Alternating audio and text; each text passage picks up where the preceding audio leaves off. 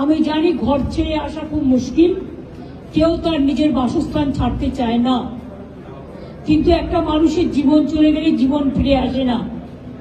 বাসস্থান হয়তো ফিরে পাওয়া যায়, কিন্তু জলে ভেজা কর্দমাক্ত অবস্থায় অনেক কিছু তাদের নষ্টও হয়। এই অবস্থায় আমরা এমএলএদেরও বলেছি, আমরাও গুরুত্ব দিতে বলেছি।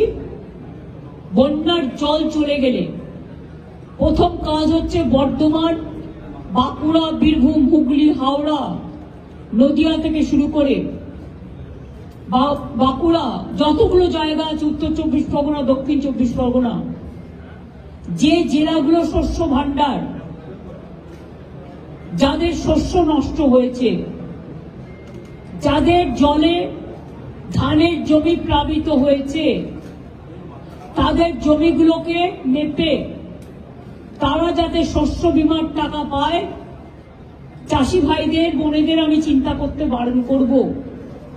কারণ আমরা বিনা পয়সায় শস্য বীমার টাকা প্রতি বছরই চাষিদের দিয়ে থাকি। বাংলার দুর্ভাগ্য, বাংলায় যতটা বন্যা হয় এবং আসামে অন্য কোথাও সেটা হয় না। কারণ বাংলা হচ্ছে নদী মাতৃকার দেশ, নদী, পুকুর, সমুদ্রে ঘেরা। ফলে আমাদের বাংলার অবস্থানটা ঠিক নৌকার মতো, প্রচন্ড জল জমে যায় একটুতেই। আর ঝাড়খণ্ডে বৃষ্টি হলেই আমাদের চিন্তা হয়, জলটা ছেড়ে দেয় নিজেদের বাঁচাতে টোটাল বাংলার ওপরে। ফরাক্কায় যখন জল প্লাবিত হয় দীর্ঘদিন ড্রেজিং না করার ফলে, জলটা ছেড়ে দেয় গঙ্গার ইরোশনের ফলেও। মালদা, মুর্শিদাবাদ যখন প্লাবিত হয়, বিহারেরও কিছুটা অংশ প্লাবিত হয়, কিন্তু বিহার তখন বাঁধ কেটে দিয়ে জলটা বাংলায় ঢুকিয়ে দেয়। Ganga action plan, ফ্ল্যাড control, DVC তিনটেই কেন্দ্রীয় সরকারের আমলে, মানে অন্তরে, মানে ওদের অধীনে। কিন্তু আজ পর্যন্ত কোনো কাজ তারা না করার ফলে লক্ষ লক্ষ মানুষের ঘর ডুবে যাচ্ছে, কৃষিক্ষেত্র ডুবে যাচ্ছে, শস্য ক্ষেত্রে ডুবে যাচ্ছে।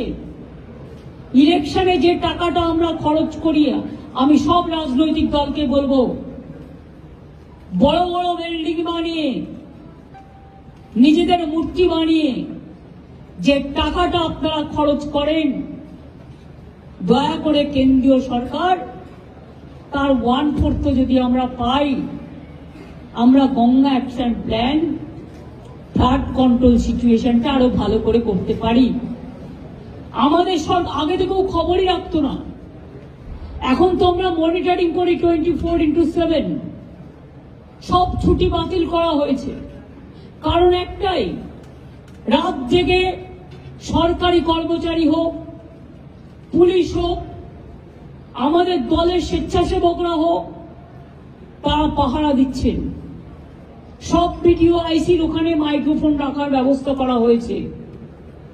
সমস্ত রিলিফ ক্যাম্প বিভিন্ন জায়গায়, আশেপাশে যদি জল জমে সেখানে তুলে আনার জন্য বলা হয়েছে রিলিফ শেল্টার। আমরা ফ্লাড শেল্টার অনেকগুলো তৈরি করেছি, কিন্তু তাতেও বাঁধ মানছে না, বাঁধ ভাঙছে জলের পর জলের প্লাবনে। দরকার হলে পুজোর ছুটি আসছে, স্কুলগুলো ছুটি হয়ে যাবে।